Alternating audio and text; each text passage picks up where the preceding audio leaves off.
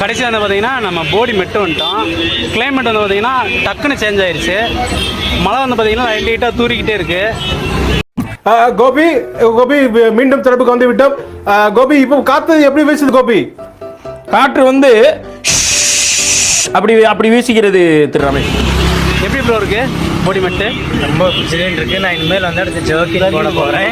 இப்போ ஒரு tea bro வாங்கி தருவார். போடா என்ன சுக்குமல்லி காப்பி தள்ளு வாங்கி தருவார். டீயை குடிச்சு போட்டு ஒழுங்காக அடுத்து போகிற வழியில் இன்னும் நிறைய சர்ப்ரைஸ்லாம் இருக்கு. ப்ரோ எப்படி இருக்கு கிளைமேட்டு? என்ன ப்ரோ, ஒரு நேரம் வெயில் அடிச்சுன்னு இருந்துச்சு, கொஞ்சம் தான் தள்ளி வந்திருக்கோம், அதுக்குள்ளே இங்கே மழை பெய்யுது. ஓரத்துலேயே பஸ் ஸ்டாண்டில் ஒதுங்க வேண்டியதாகி போச்சு மக்களே. இங்கே பாருங்கள் நீங்களே. ஆம்பளையா இருந்தா வா, பொம்பளையா இருந்தா வராத.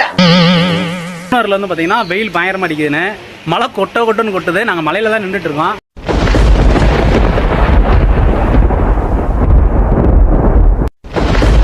ஃப்ரெண்டில் வந்து பார்த்தீங்கன்னா உங்களுக்கு ரோடை காமிச்சா தெரியும். ஸ்டார்ட் ஆயிடுச்சு மழை.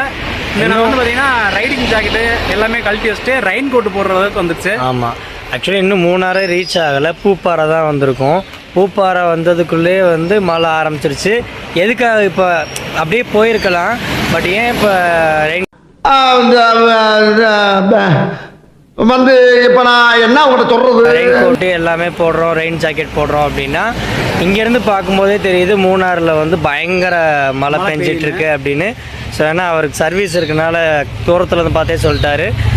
பாத்துனாக்குற ஐயோ சாமி வேற டேய் கூட்டு போங்கடா போட்டுக்கிறதா பெஸ்ட் அப்படின்னு. நம்ம வேற ஒரு ஒரு தொட நடுங்கி குளிர் நடுங்கி இதெல்லாம் நடக்குமா நினைச்சேன், நடந்துருச்சு.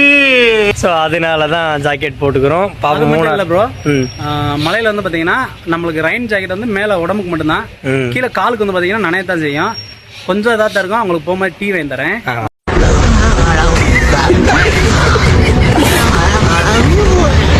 சாப்பிட்டுட்டே வாங்க, டீ வாங்கி தாங்க, மறக்காம வாங்கி தந்துடணும். அப்புறம் இன்னொன்று முக்கியமான சொல்ல மாட்டோம், மூணாருக்கு வர்ற மாதிரி இருந்தீங்கன்னா சூப்பராக இருக்குது கிளைமேட்டு, கண்டிப்பாக தாராளமாக